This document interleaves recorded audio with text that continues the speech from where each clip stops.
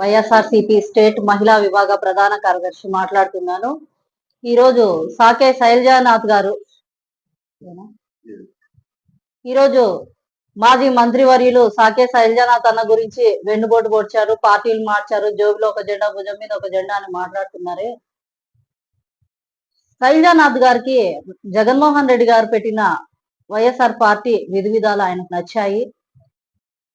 YSR party అంటేనే రైతుల పక్షపాత పార్టీ, వైఎస్ఆర్ అంటేనే యువజన శ్రామిక రైతు అని మా పార్టీకి నామకరణం చేయడం జరిగింది జగన్మోహన్ రెడ్డి గారు.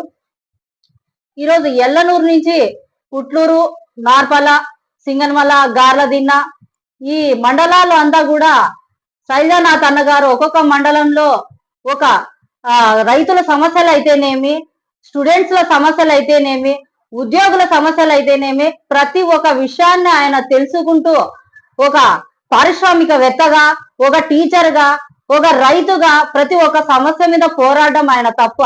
మొన్న ఎల్లనూరు పుట్లూరులో అరటి రైతులకి మద్దతు ధర రావాలని అనుకోవడం ఆయన తప్ప, దాని గురించి పోరాడడం తప్ప.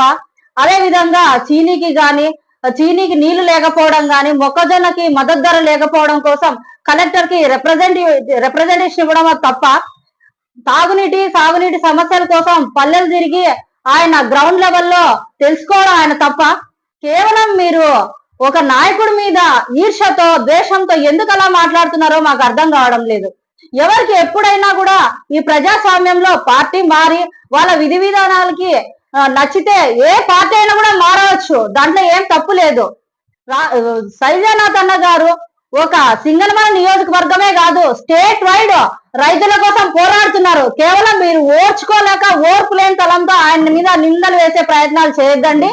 శైలజానాథ్ గారు రైతుల పక్షాన పోరాడతారు, కావాలంటే ఇంకా రాష్ట్ర స్థాయిలో పోరాడతారు.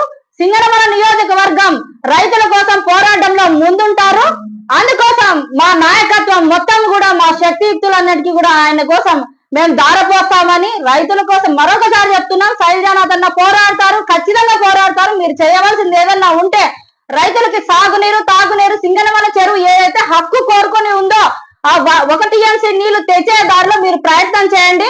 ప్రస్తుతానికి నాగల్గుడ్డం తాండాలో వెనుకబడిన తరగతుల వాళ్ళు, గిరిజన బిడ్డలు నీళ్లు లేక అల్లాడిపోతున్నారు. మీరు అది ఏదైనా ట్యాంక్ లో నీళ్లు ఇవ్వడం కానీ, దానికి ఏదైనా బిల్ పేమెంట్స్ కానీ ఏదైనా చేయాల్సి ఉంటే బండారు శ్రావణి గారు దయచేసి మీరు కూడా మా నియోజకవర్గ ఆడబిడ్డే, మిమ్మల్ని ఏం మేము తప్పుపడ్డం లేదు, మిమ్మల్ని అర్థిస్తున్నాము. రైతులు కన్నీరు పెట్టడం అనేది మీకైనా మాకైనా ఎవ్వరికీ మంచిది కాదు. రైతు కన్నీరు పెట్టాడంటే దేశం నాశనం అయిపోవడానికి ఇలాంటి పరిస్థితులు ఎప్పుడూ లేవు.